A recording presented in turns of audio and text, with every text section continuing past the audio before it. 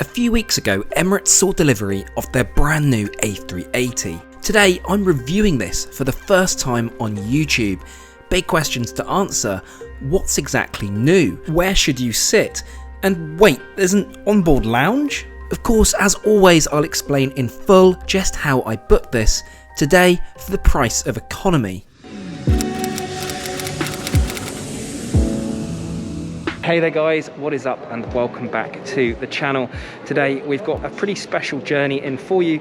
We're going to be going over to Dubai on Emirates' brand new A380. Currently leaving the UK, you have to prove you're flying for essential work, and in Dubai's case, a negative PCR test is required.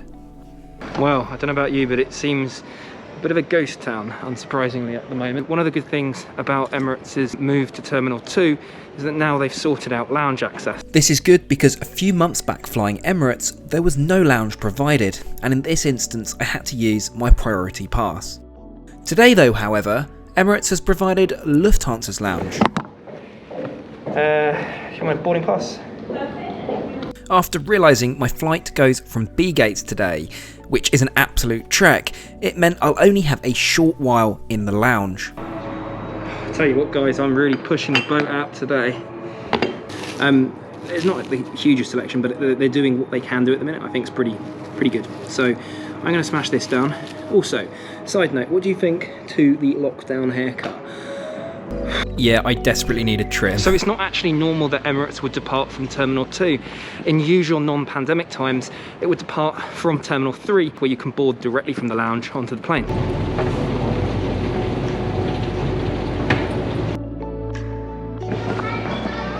Right, we've finally made it over to the B Gates pier. Interestingly, there's some really cool other aircraft around here, but I've been hugely distracted by the A380 just there, which is just insanely big.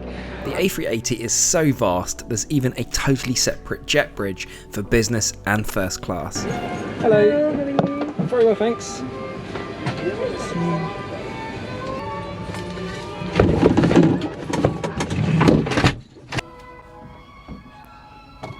Right guys, it is a welcome on board the brand new A380 of Emirates. This is their newest business class product. I have to say, first impressions are it's fabulous.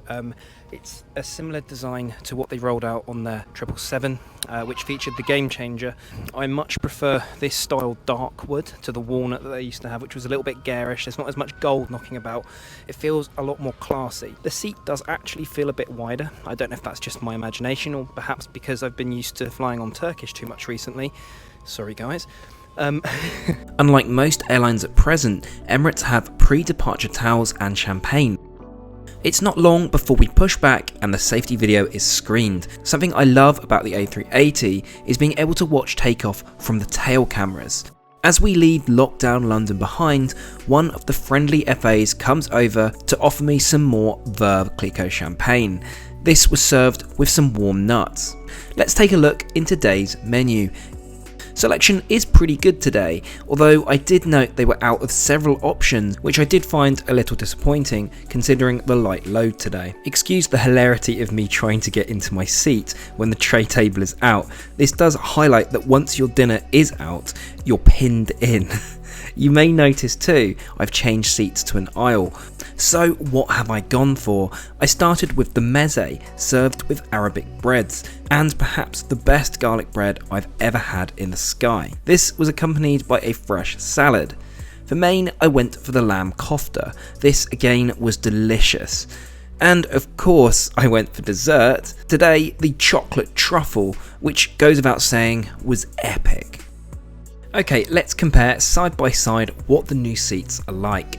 Of course, this is my preference, the true window seat. One thing that I find interesting about Emirates is that they have not only this to control your in-flight entertainment, of course also you can control by touching the screen, but you also get a little iPad, which is also finished on the back in wood. Okay, that's cool, but did I hear somewhere that you get your own personal minibar? I mean, obviously you can order anything whenever on board, but to be able to just, you know, help yourself to a nice soft drink, fair enough. Okay, what about the other seats? This is the aisle seat, which of course means you're a little bit further away from the window. It's fine as a seat. This isn't my preference because you're quite exposed next to the aisle here. I feel like it's possible if you were sleeping and maybe your leg went out, you might get knocked by someone passing by. Let's have a look at the middle seats. This is what they call the honeymoon seat, and oh, that is cool. How cool is that, guys? So of course, if you're sat with somebody else, this is my pick. If you do get stuck in this seat, you're able to raise that at a touch of a button.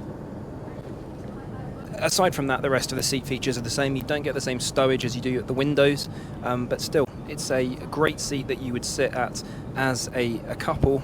Of course, if you do get stuck in the middle with someone else, pop that up. Of course, if you also just didn't like the person you were sat next to, up you go. Right, before we check out the onboard lounge and bar, let's try out the bed for size. It folds fully flat at the touch of a button.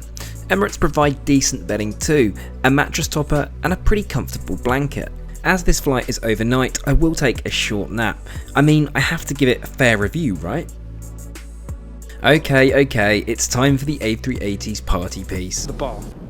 So, the bar on the A380 is located at the very back of the plane. I'd also advise against sitting at the back of this mini cabin. Do you see just how close it is to the bar?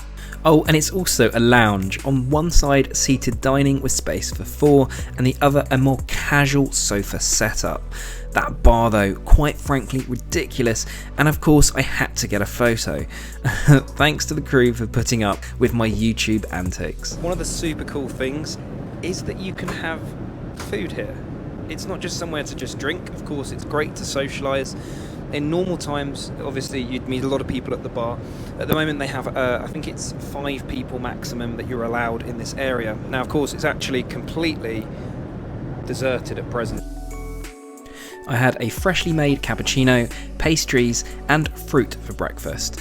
I think it'd be even more exciting to mix and match it on a longer flight. I think that's something to remember, is that these flights to Dubai, as much as to, most people you'd think, oh, it's maybe a long haul flight. It's not. It's like a 6.5, 7 hour flight. It's not enough time to fully appreciate it. The best thing to do is to fly it on, say, one of the American routes. It's like a 15-hour flight.